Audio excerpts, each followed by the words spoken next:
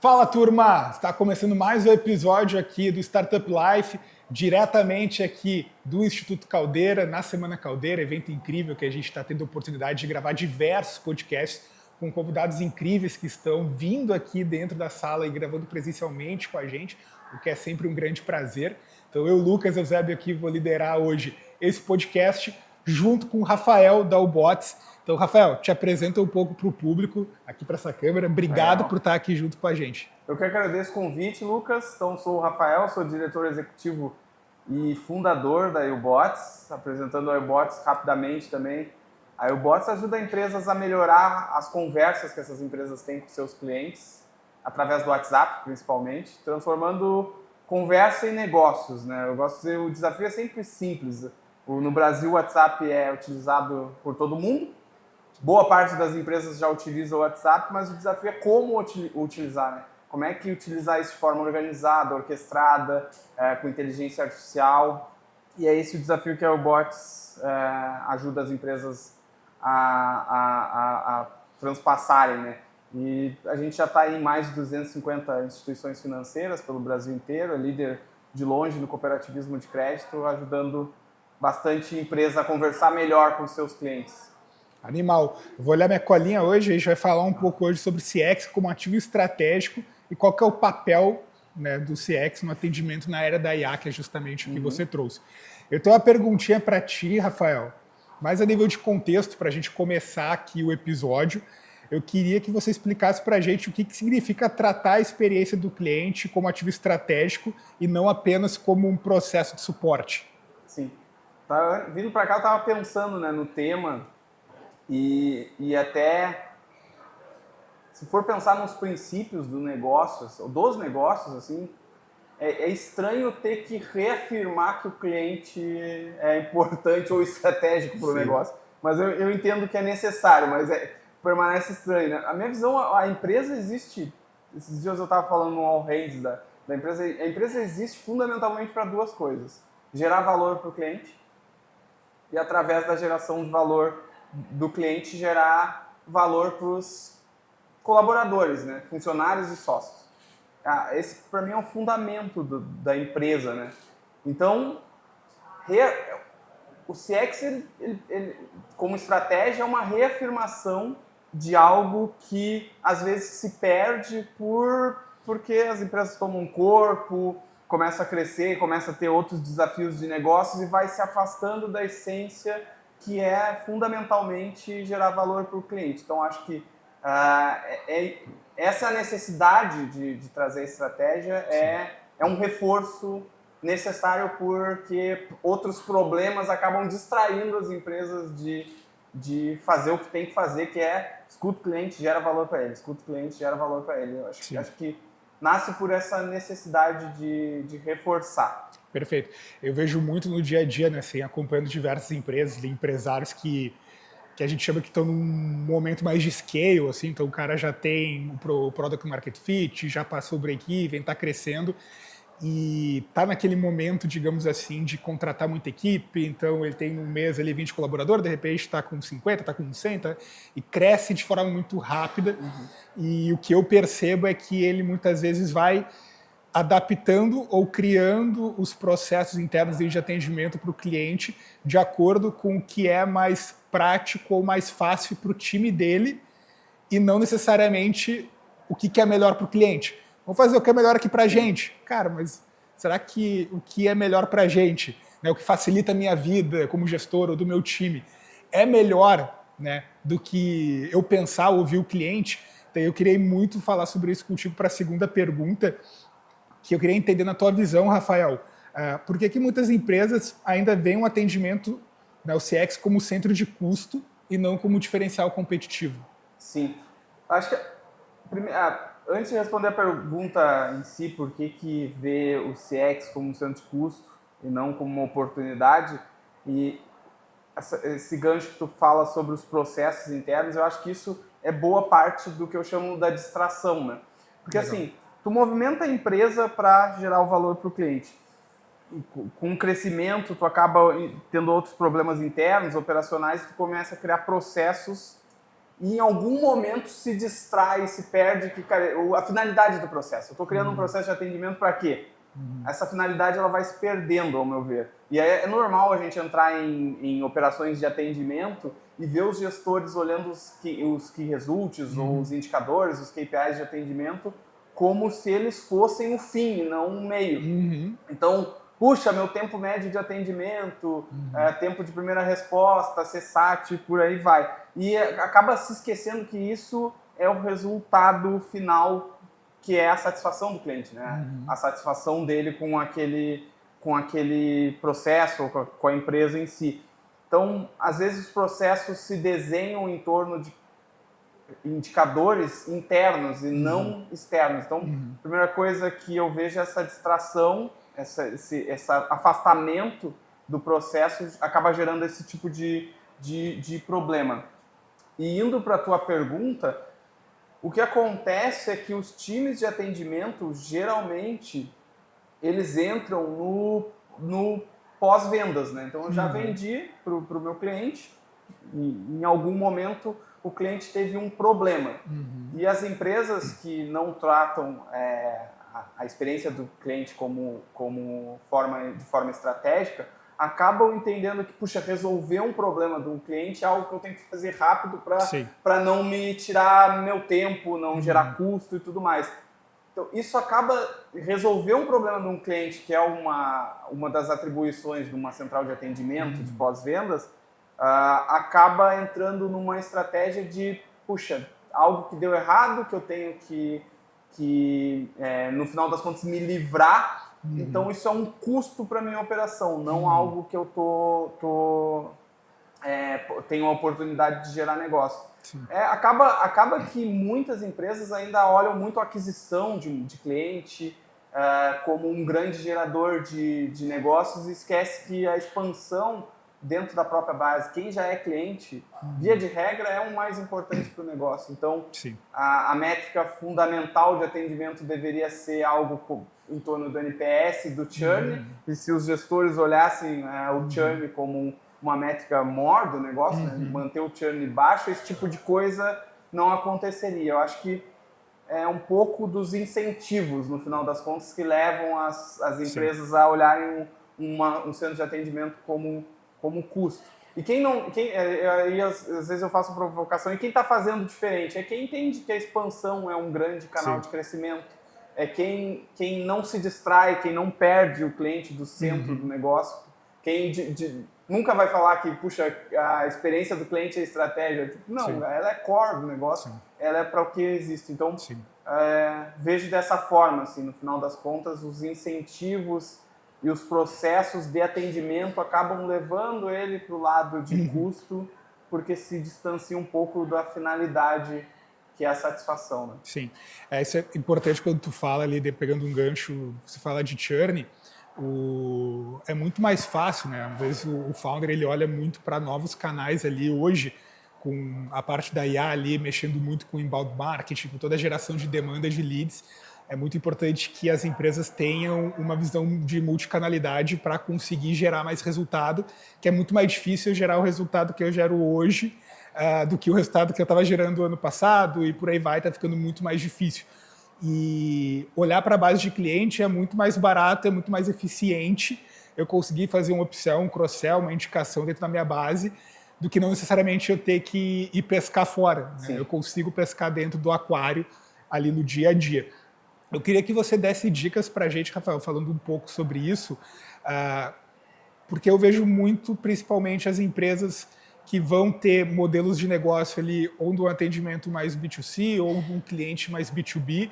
Quando a gente fala de CX, quais as principais dicas assim que você pode dar para quem não tem nada, né? Pô, tô ali na minha empresa, quero olhar melhor para isso, eu sou o founder, eu e meu time, o que eu posso fazer de primeiros passos a nível de diagnóstico para entender se eu estou tendo balde furado e o que eu posso melhorar a nível de CX, se o meu cliente for o B2B ou se o meu cliente for o B2C. Queria que você trouxesse algumas dicas, já que você aí tem um conhecimento vasto e conseguir ajudar a nossa audiência aqui.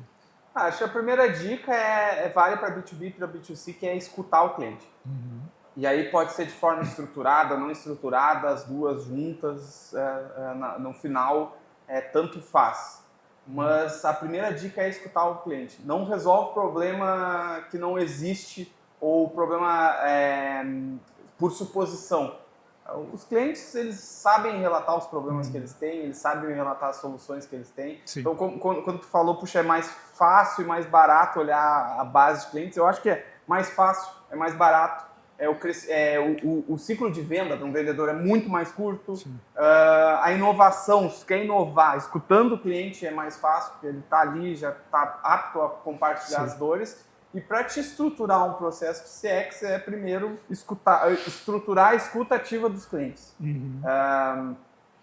Posso exemplificar como empresas que usam o NPS como um ciclo, como um processo, e não como uma medida. Sim. Então, puxa, escuta, mede, fecha o loop com feedback com o cliente, melhora, gera ação e volta a rodar o ciclo do NPS. Então, usar o NPS como um processo, como um ciclo, é uma forma de estruturar a escutativa de cliente, principalmente para quem tem uma grande massa de clientes que não vai conseguir falar um com um. Os times da empresa que estão de frente para o cliente ou que provêm soluções para o cliente, numa empresa de software, times de sucesso do cliente e suporte estão de cara para o cliente, ou o time de produtos que está criando a solução para o cliente, tem que ter estrutura e momento e usar a voz do cliente, as necessidades do cliente como, num time de produto, como priorização das entregas, num time de sucesso como priorização do movimento que vai ser feito, milestones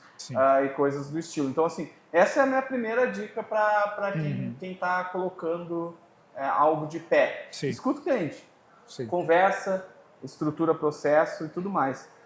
A partir daí, acho que a segunda dica é a partir da escuta e a criação de processo de escuta, aí sim colocar resultados-chave ou KPIs de pé para ajudar a medir o quanto tu está evoluindo a empresa em direção a prover uma melhor satisfação ou ter clientes mais leais. Acho que a segunda dica é, eu escutei, agora eu meço se a minha escutativa está me movendo para frente. Sim. A métrica ultimate disso, como a gente está falando, são 3 para mim.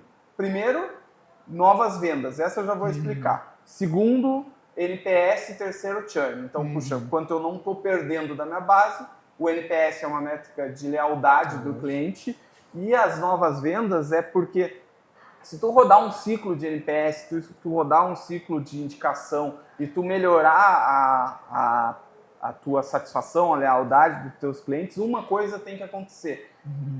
Os clientes têm que comprar mais de ti e te indicarem mais. Perfeito. Essas duas coisas, na verdade, podem acontecer se tu provocar a indicação. Isso tende a acontecer. Então, essas métricas são medidas, todas as 4 que eu falei, são medidas de resultado. Sim.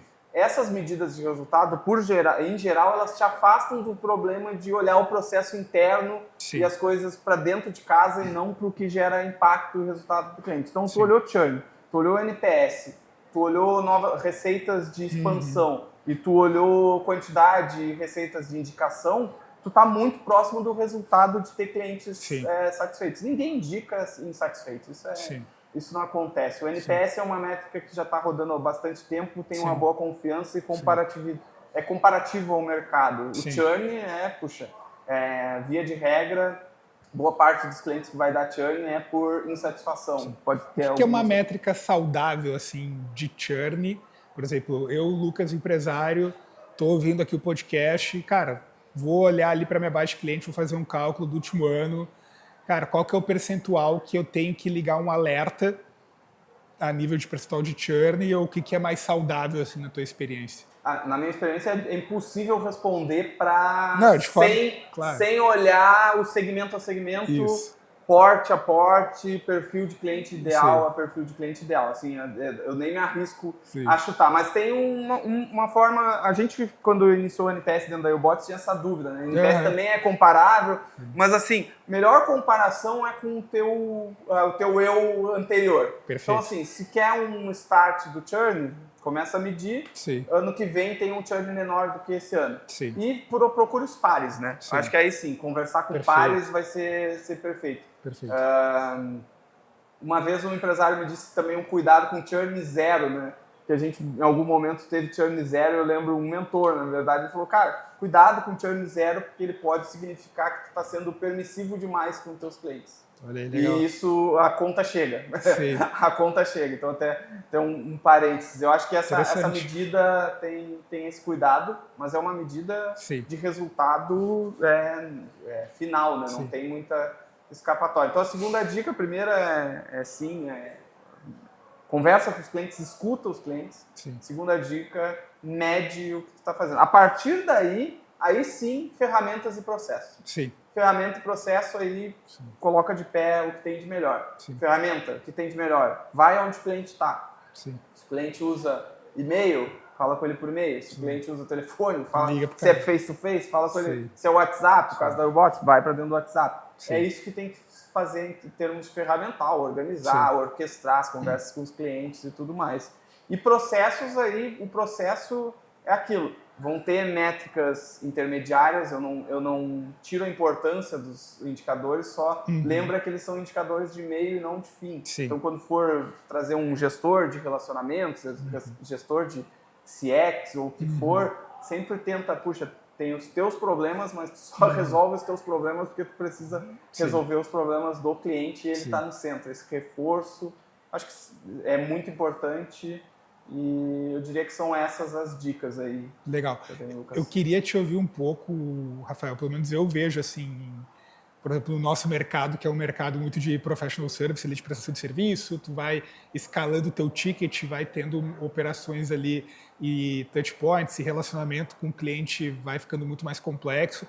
E eu vejo que do mercado, assim como um todo, eles acabam sendo muito reativos e olhando para CX ou para relacionamento com o cliente depois que já acontece algum problema, né? Eu vejo que, queria te ouvir um pouco sobre essa percepção, eu acho uma grande falha os founders terceirizarem a experiência do cliente. Às vezes o founder, vou contratar um time aqui e quem vai falar com o cliente é ele, e eu como founder, sei lá, vou fazer qualquer outra coisa e eu não vou mais me relacionar ou não vou ter o mesmo relacionamento que eu teria com meus clientes do jeito que eu montei esse negócio. Então eu queria te ouvir qual que é o papel dos founders, né, dentro da estratégia de CX. Se eles podem, né, terceirizar 100% ou se existe algum momento que eles podem terceirizar ou até quando isso pode acontecer ou se não. Os founders têm que participar da estratégia, tem que estar sempre ouvindo o cliente junto. Queria que você falasse dos papéis dos fundadores quando a gente fala de CX na experiência do cliente. Acho que se tem alguma coisa que o founder não pode terceirizar é conversa com o cliente. Acho que isso voltando ao começo ali, aí óbvio, a empresa cresceu, tem um número de clientes gigante, eu não estou dizendo que o founder tem que estar envolvido em todas as conversas com clientes. Perfeito. Mas o que eu quero dizer é que o founder tem que estar envolvido em conversas com clientes. Perfeito. Em algum nível, em alguma esfera, ele tem que estar, de preferência, sem intermediário. Eu vejo que é fundamental. Eu gosto de ler biografias, histórias de empreendedores, histórias de empresas de sucesso. E o cliente próximo a quem toma a decisão, próximo ao fundador, ao CEO, é parte de boa quantidade dessas histórias. Sim. Então, assim, eu entendo que não é algo que deve ser terceirizado. Eu entendo que o founder, no crescimento da empresa, ele vai ter diversas atribuições, isso vai mudando e vai tomando tempo, mas separar um tempo, um slot da agenda para manter o contato com o cliente é fundamental. Sim. Por quê? Eu acho que a falha está naquela conversa que a gente teve ali atrás, sabe? Porque se tu olhar o cliente sempre como quem está na base, como um atendimento, tu vai começar a olhar como custo, tu vai olhar como, puxa, resolver problema, coisa chata, e tu vai deixando de meu time de esporte, meu time de CS. Mas se tu olhar o cliente como a tua empresa tende a crescer mais por expansão do que por aquisição em vários momentos da jornada.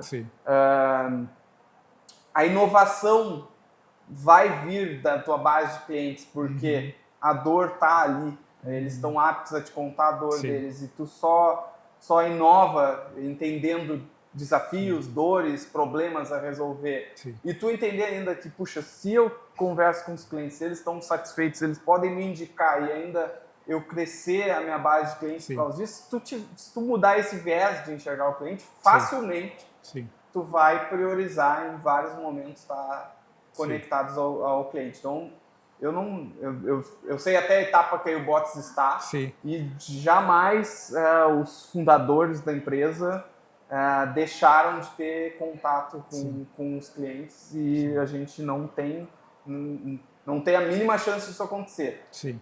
E eu, conhecendo as próximas etapas, acho que isso não deveria acontecer com nenhum tipo de empresa, B2B, B2C. A única diferença em B2B e B2C, para mim, nesse viés, é o ticket e a quantidade de pessoas. Exato. Porque, na verdade, uma empresa B2B são, sei lá, em média, 6 pessoas que tu vai ter contato. Um B2C é 1 a 1 e tudo mais. Se o ticket B2B é menor, tu já fala direto com o quem manda, o fundador, ou coisas do estilo.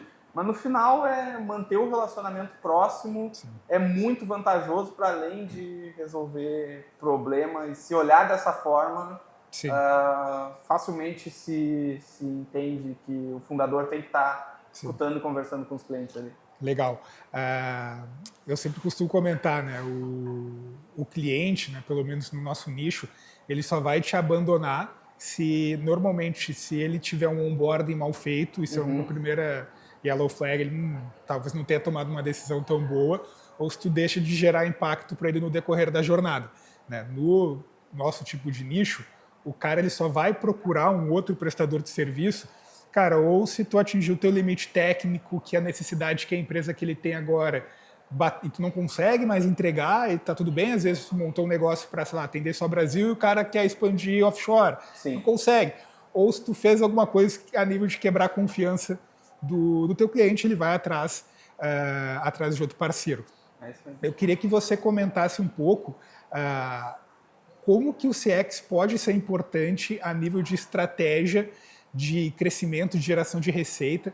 Eu falo muito da nossa experiência ali dentro do escritório, a gente trabalha muito com os clientes em estratégias de ABM, de Account Based Market. Cara, como que eu vou atrás do tomador de decisão, eu vou mapear quem são os influenciadores do tomador de decisão que podem influenciar a tomada, porque o cara, numa vida B2B, ele não toma muitas vezes, dependendo do ticket, a decisão sozinho. Ele até pode assinar, mas ele sempre vai querer estar ancorado pelos influenciadores. Então, conhece o Ivan Lopes? Nunca ouvi falar. Putz, o cara já fica um pouco mais receoso de assinar, porque é ele que vai bater no peito e dar. Mas se ele conhece, claro, conheço, já fui no evento, conheço os caras. Inclusive, por que a gente ainda não trabalha com eles?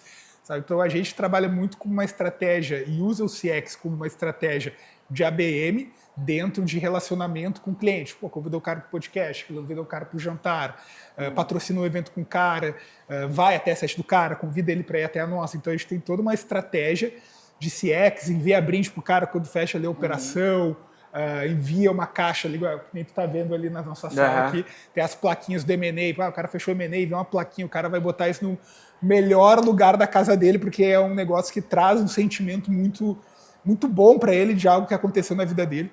Então eu queria que você desse dicas, assim, principalmente para tickets um pouco maiores, de quais estratégias a nível de CX que eu posso implementar dentro da minha empresa. Para tickets maiores, uma coisa importante é entender que e B2B, né, uma empresa é um conjunto de pessoas.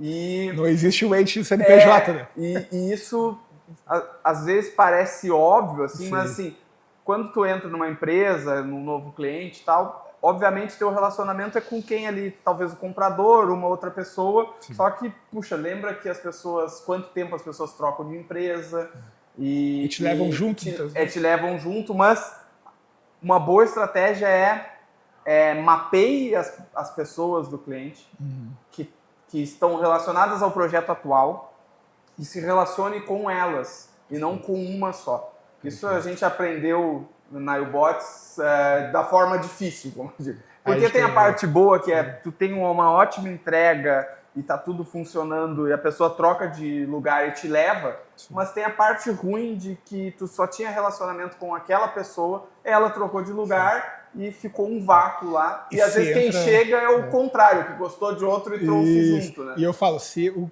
tomador de decisão, a pessoa que te contratou, muda, cara, tu tem que vender pro cara de novo. Começa do zero. Porque se você não fizer nada, cara, pode ter certeza. O cara vai chegar, vai dar os meses dele para ele entender o que está acontecendo e ele vai te trocar.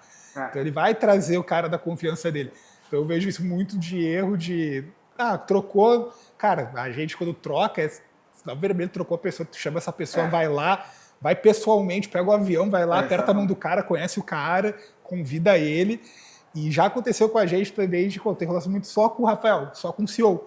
Daí o Rafael começa, dentro das atribuições como a empresa está crescendo, ele acaba, cara, vou contratar alguém específico, executivo, para lidar com essa área. E tu não tem o mesmo relacionamento com aquele cara.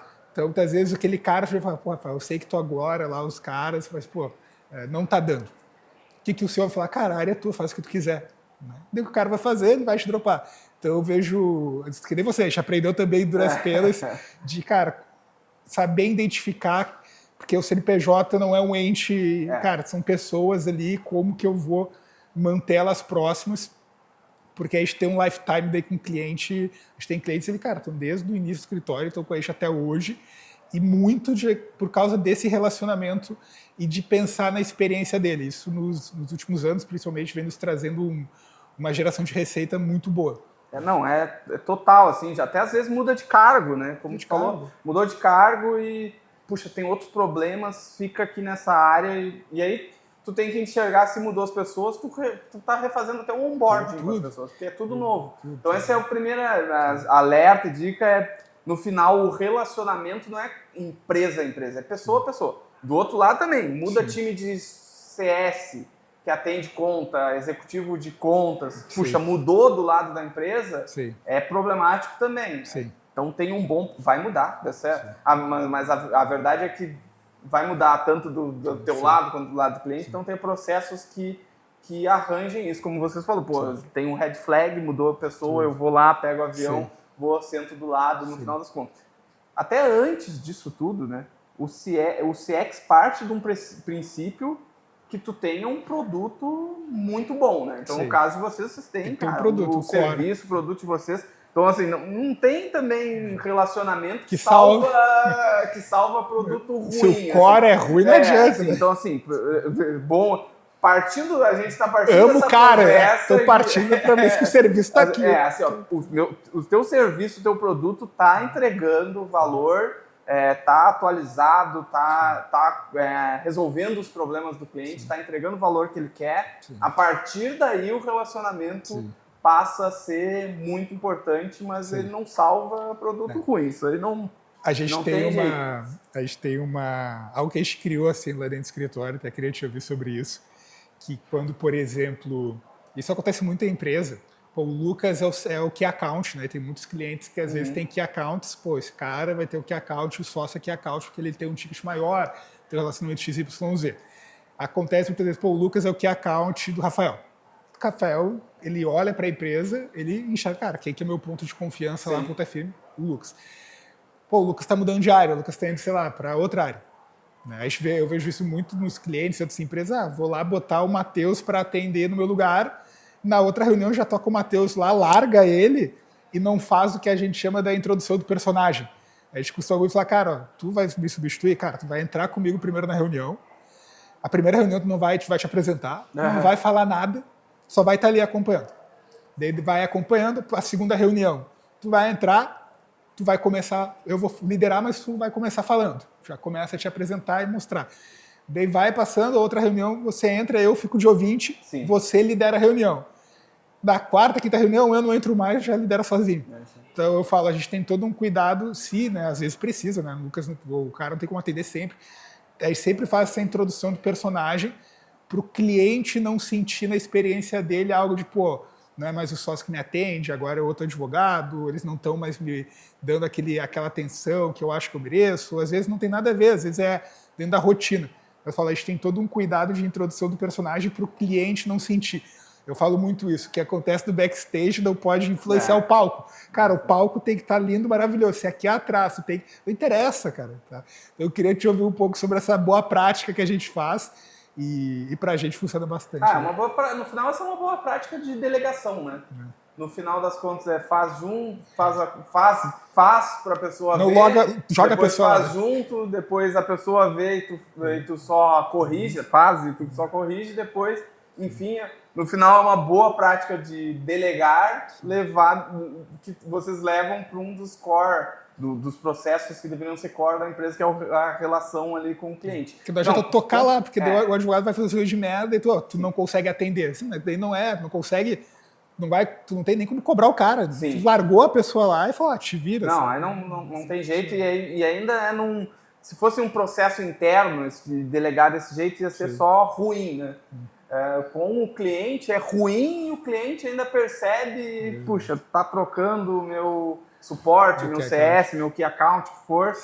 Acho que sim, ter processo, assim, e tem isso muito no Brasil, né? Na América Latina, eu diria, o relacionamento parece um negócio totalmente inspiração, né? Não, relacionamento é quem sabe, é quem tem boa touch com pessoas. Eu acho que não. Primeiro tem que criar uma estrutura, um processo de se relacionar com o cliente. Perfeito. Então, parte do processo, tu acabou de descrever como eu faço o onboarding de um novo key account, como eu faço a troca de um key account, como eu faço para treinar um key account. Isso é parte do processo. E, adicionalmente, imagina que o cliente, quando contratou o serviço, ou o produto, ou o software, ele espera ter impactos realizados, né? Ele quer resolver um problema, ele quer gerar uma receita, ele quer diminuir um custo, ele quer aumentar o engajamento, satisfação. Então, e deve acontecer com vocês como acontece com nós. Boa parte dos clientes, eles têm impactos desejados comuns, mas não são iguais. Sim.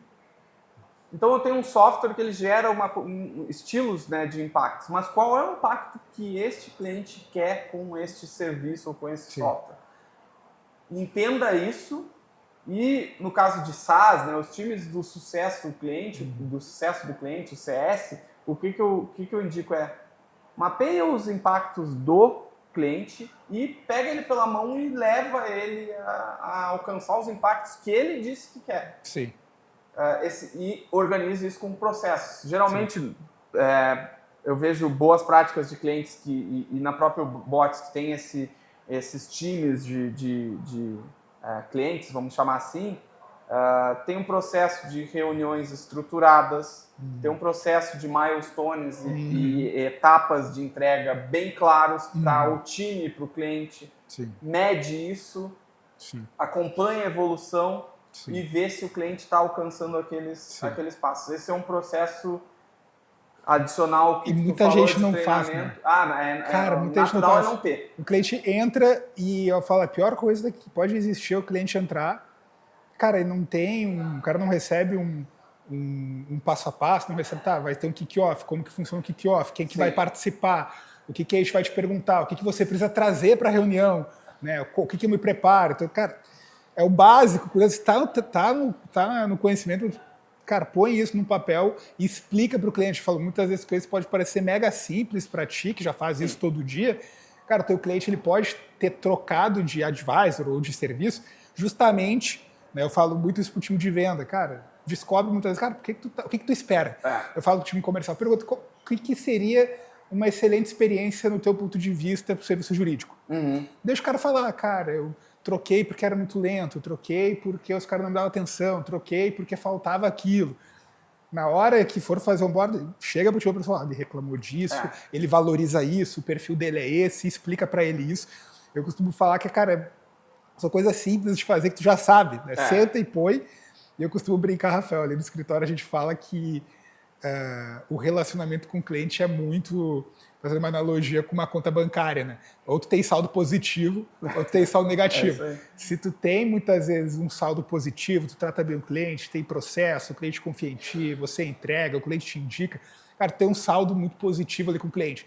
E quando acontecer, porque tu ou teu time, alguém fazer alguma cagada, resbalar ali, perder algum prazo, falhar até no atendimento, falar alguma coisa errada, cara, se tu já tem crédito com o teu cliente, não. ele, não, pô, fica tranquilo, todo mundo erra, vida que segue, vamos ajustar, segue rumo, vamos embora. Eu falo, se você não trabalha em ter crédito, né, ter saldo com o teu cliente, cara, a primeira vez que tu fizer uma cagada, cara, tu tá negativo com o cara, tu não tem saldo nenhum. E ele intrinsecamente vai, pô, qual que é o saldo que esse cara tem comigo? Ah, não tem saldo nenhum, que já é uma merda. Eu falei, vou trocar. Então a gente usa muito essa analogia com os advogados. Cara, qual que é o saldo que tu tem com o teu cliente? Tá positivo, tu tá no azul cara, ou tu tá no negativo? Isso vai muito para o NPS, que é o que você falou. E tem uma métrica que eu já ouvi alguns CS falar que chama Health Score, que é o saldo. Exato. Aí no final, cara, isso é a gosto do freguês, né? Eu vejo o time de CS fazendo que é o NPS, mais algum CSAT de um processo específico, mais a percepção do CS, enfim, mas é a mensuração do saldo que... eu já conversei com empresas que aplicam isso e puxa, funciona bem. Acho que assim, no final, tu tem que olhar o relacionamento com o cliente. Sempre se falou muito em funil de vendas, né? Mas tem um prisma da venda e do próprio relacionamento em si. Se for olhar na venda, a venda deveria parar de... Isso é um conceito que já está rodando no mercado. Parar de olhar funil e olhar ampulheta de vendas. Então, o funil vai até o onboarding, a aquisição, e a parte de expansão para vendas entra no ongoing. Exatamente. Então, para venda é aquisição e expansão. Então, quem está entrando, eu estou trazendo para a minha base de clientes e eu olho quem está expandindo.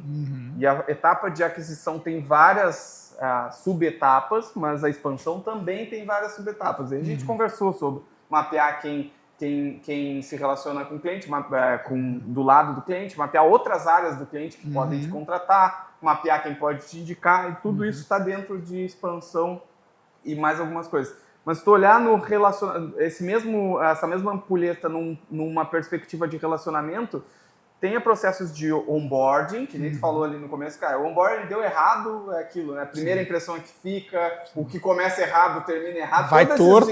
O que começa torto termina torto. Esses ditados todos funcionam para o onboarding mais feito. Então, olha o processo de onboarding, aqui também tem várias etapas, né? Puxa o próprio contrato, quem faz onboarding, passagem de bastão, etc., e olha o processo de ongoing, não é o processo de ongoing. E aí eu acho que a maior falha é no ongoing. O processo de ongoing, né, tá aqui meu serviço, meu produto, usa. Não, medir como é que tá a satisfação, como é que tá o uso em si, tá crescendo, tá diminuindo, tá andando de lado, o que não está acontecendo.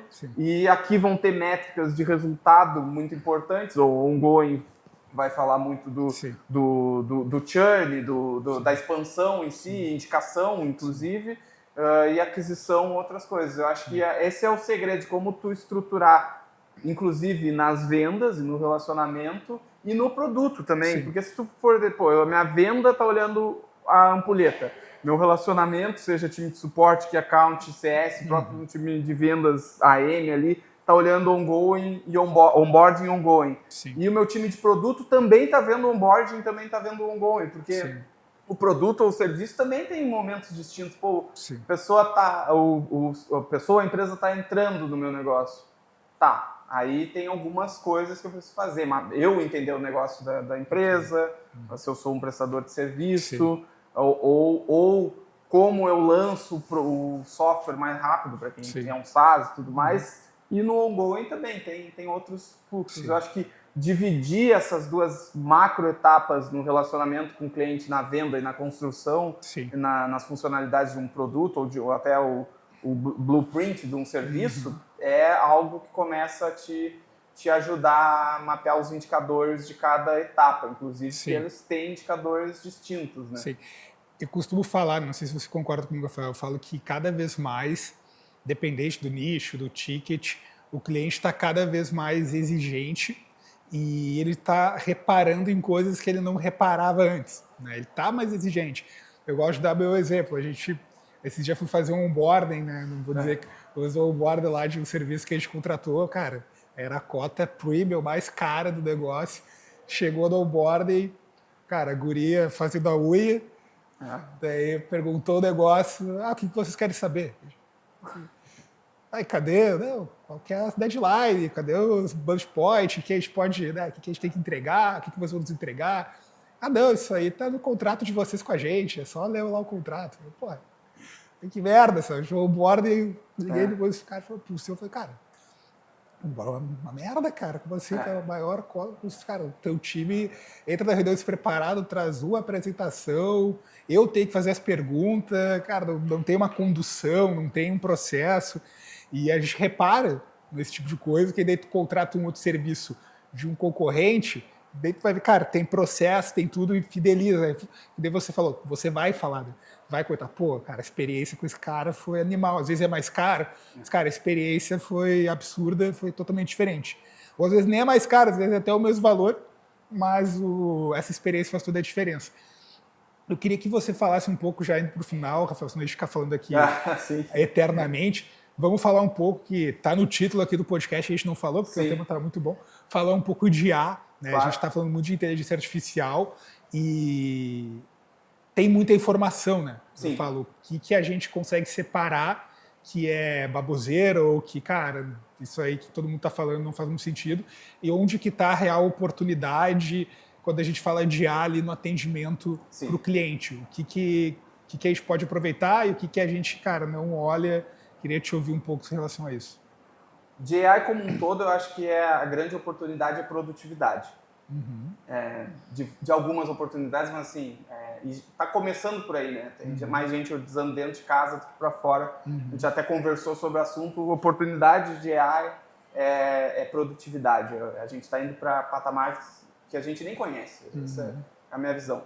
Na experiência do cliente, eu acho que a grande oportunidade de AI generativa é o que eu classifico como personalização em escala. Uhum.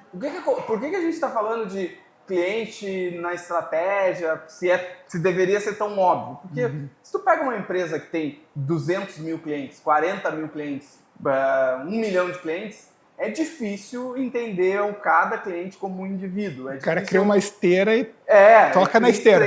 E vai embora. Eu não acredito que nenhum empreendedor deseja parar de conversar com o cliente, deseja atender bem, mas algumas coisas vão acontecendo porque a escala te traz dificuldades. Vai te impondo dificuldades. Então, a personalização em escala é o que a inteligência artificial generativa pode trazer em vários níveis no relacionamento com o cliente. Exemplifico. A gente, na YouBots, exemplo da YouBots, a gente tem um time de sucesso do cliente, tem um gestor do time de sucesso do cliente. Qual é o jeito mais preciso de um gestor entender se um agente do sucesso do cliente está fazendo as reuniões da forma correta, está acontecendo? É ele entrar na reunião e escutar a reunião.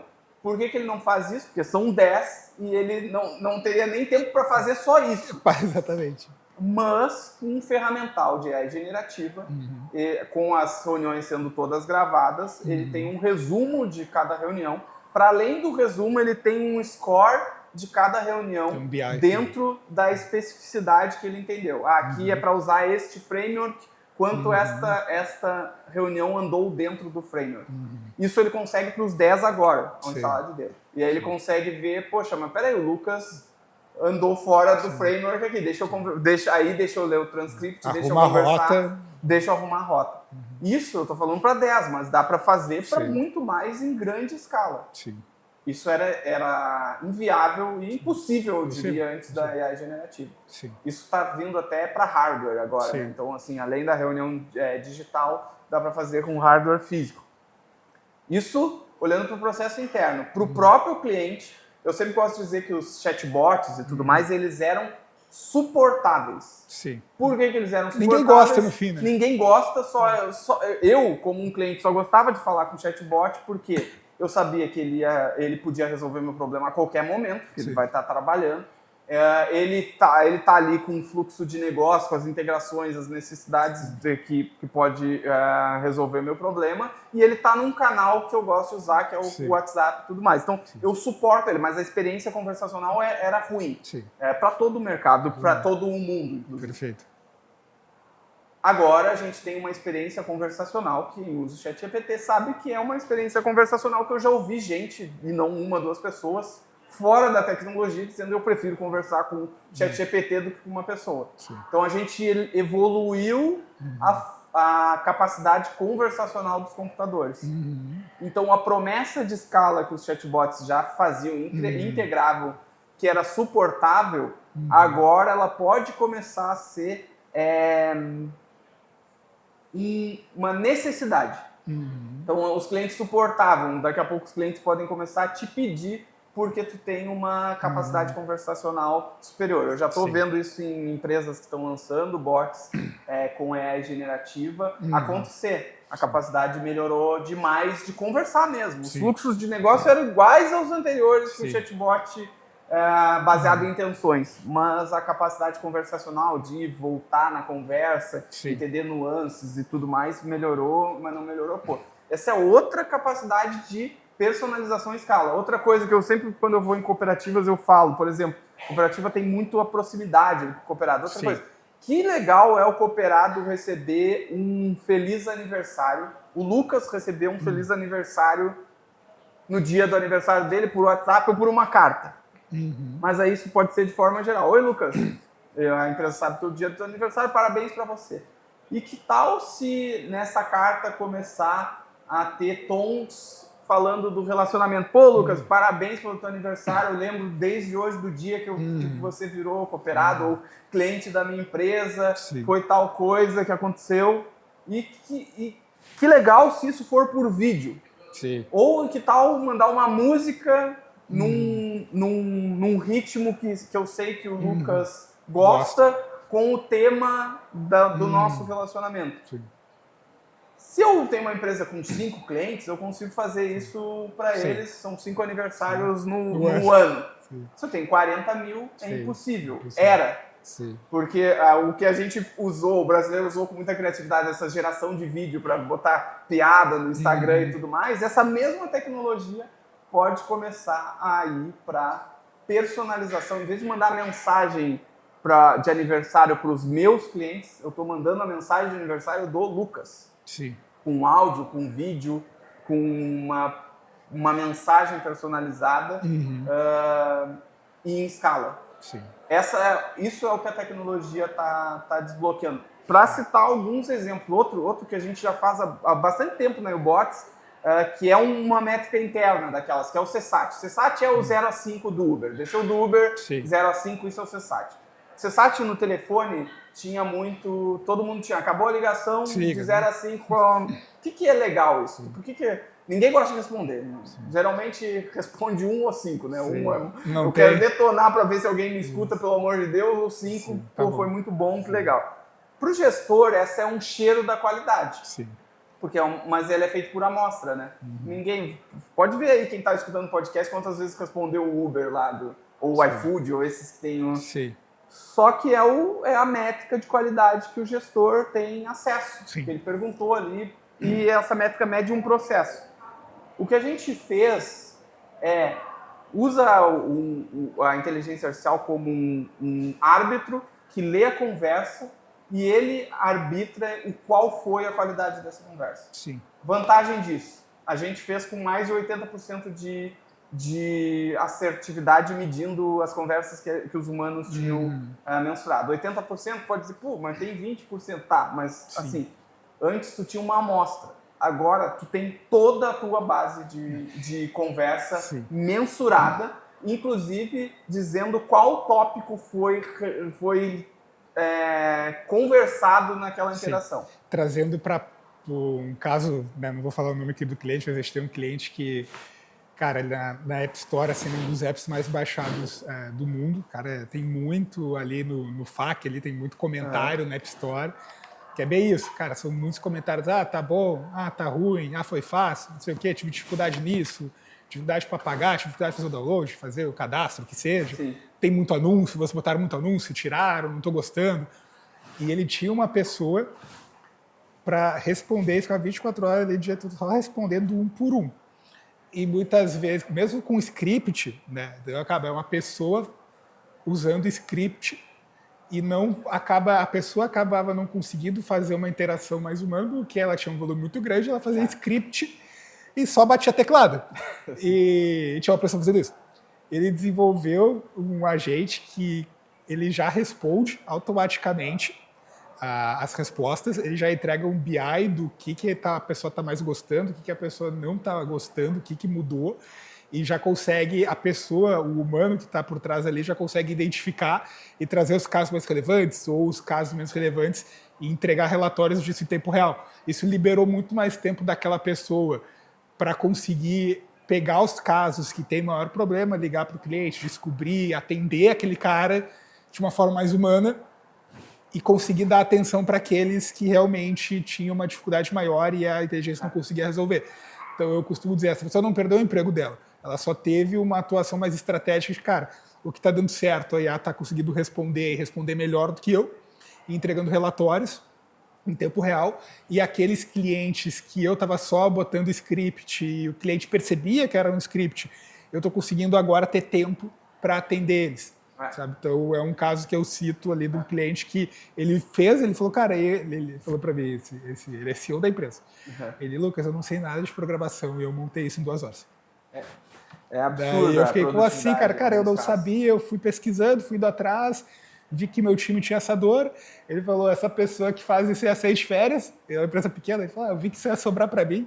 Eu vi, a pessoa ia sair de férias, eu, não, vou dar um jeito. Ele ficou pesquisando 2 horas, ele montou isso, fui lá, visitei a site dele, ele me mostrou. Eu, caralho, meu animal, o cara sem conhecimento técnico, né? Em 2 horas ele montou e melhorou a vida do funcionário dele e no fim melhorou a experiência do cliente dele. No final. E é outro exemplo de que eu digo, de novo, escala e personalização em escala. Exatamente. Eu acho que no CX esse vai ser o grande salto da AI generativa em várias. Tu trouxe um exemplo, e é exemplo dentro e fora da empresa. Como eu alimento quem trata com o cliente para ter mais escala, como o cliente sozinho tem mais personalização, né? E são um exemplo atrás do outro. Sim. Sejam ideias, sejam implementações, mas eu acho que no CX, na experiência do consumidor, do cliente, de quem está conversando com a empresa, e a generativa vai entregar a personalização, como se eu tivesse alguém dentro da empresa falando só comigo, entendendo só o meu problema, a minha expectativa e tudo mais. Essa é a possibilidade que a AI generativa tem para colocar os negócios a fazer. Um último exemplo de escala interna, que quem tem unidades de atendimento, centrais de relacionamento, sabe que uma atendente é uma função com um churn alto, dos mais altos do Brasil. Assim. Roda muito o turnover é gigante e é um problemaço para um gestor de relacionamento. Porque assim, vamos pegar um produto que todo mundo conhece, sei lá, um telefone celular, que tem o celular, tem a internet, tem a TV agora. Aí no celular tem pós-pago, pré-pago, plano para isso, WhatsApp livre e outro não. Assim, agora tu imagina que o atendente chegou para fazer um onboarding.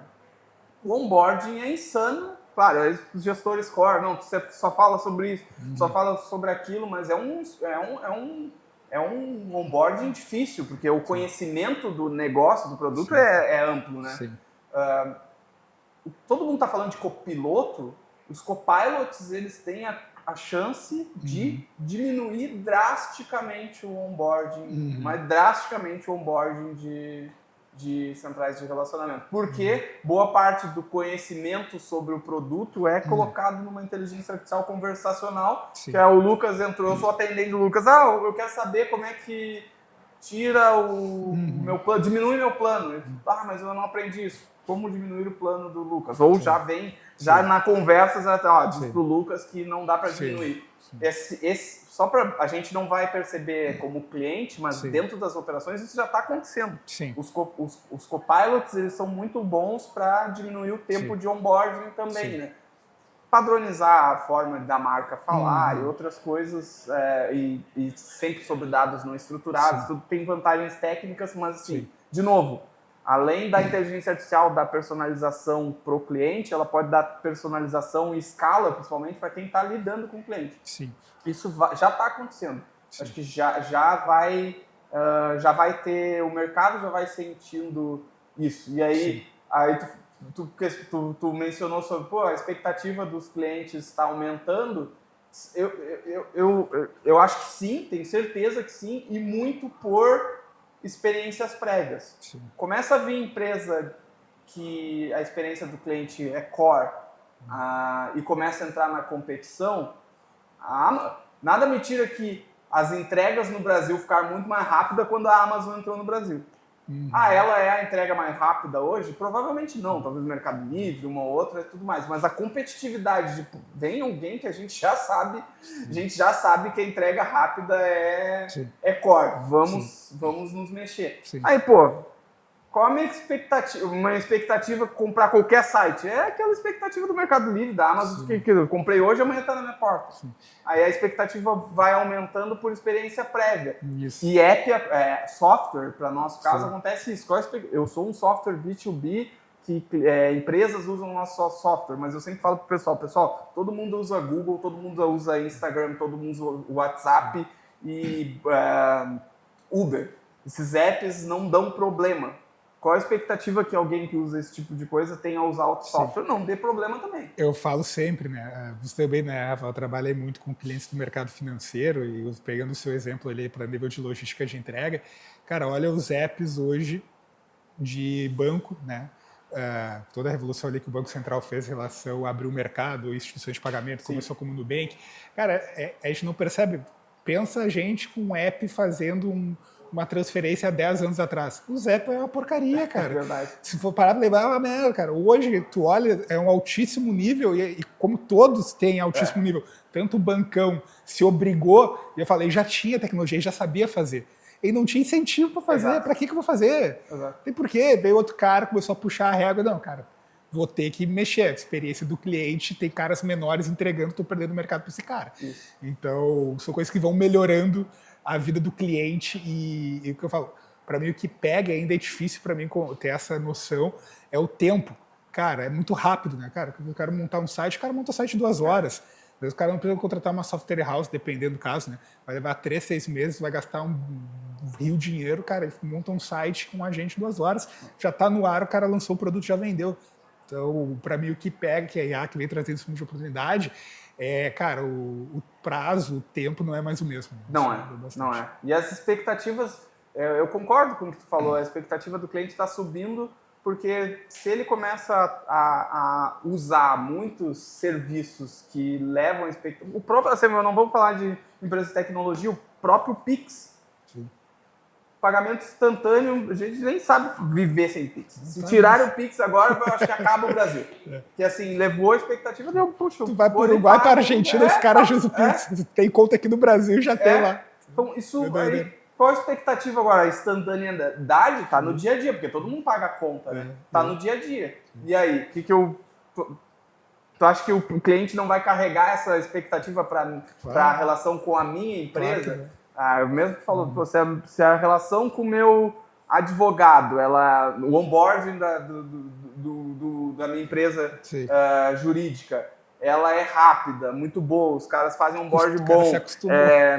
Aí eu vou contratar um contador. Acho que eu não carrego a expectativa para ele. Mas é contador, né? Mas assim... É serviço. É serviço. Aí, mesma coisa que o produto. Se eu uso o Uber ali, funciona tudo bem. Se tu acha que quando eu for usar um software dentro da minha empresa, eu vou esperar aquelas telas todas malucas, antigas, essa expectativa é carregada. Eu acho que para amarrar com a inteligência artificial, ela vai permitir esse jogo de escala. Agora, conseguir fazer aquela coisa personalizada, entender o indivíduo para 40 mil, 100 mil, 1 milhão de pessoas, milhões de pessoas. Acho que é isso que a gente vai ver em experiência do cliente, essa possibilidade, e quem entender isso de forma mais rápida e trazer para o core business, experimentar muito rápido, acho que vai sair na frente, tende a agradar bastante os clientes, porque no final das contas todo mundo quer ser tratado como um cliente, né? Como alguém que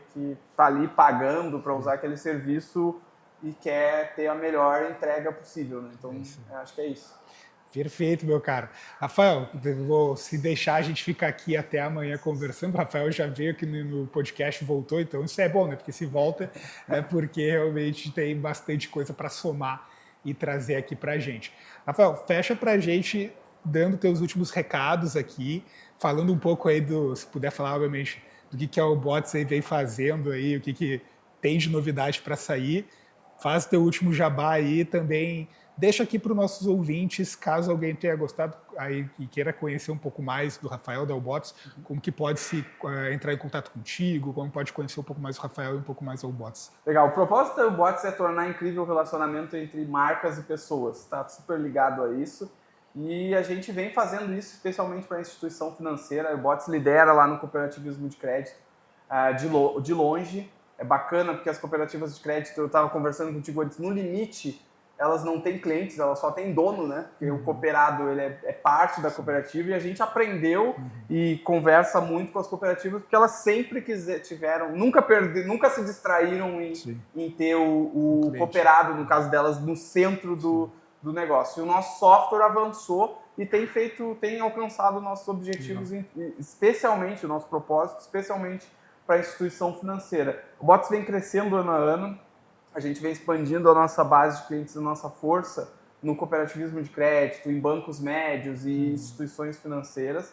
Esse ano a gente teve um evento bem bacana aqui em Porto Alegre para cooperativas de crédito, reuniu cooperativas do Brasil inteiro, troca, mesa de negócios.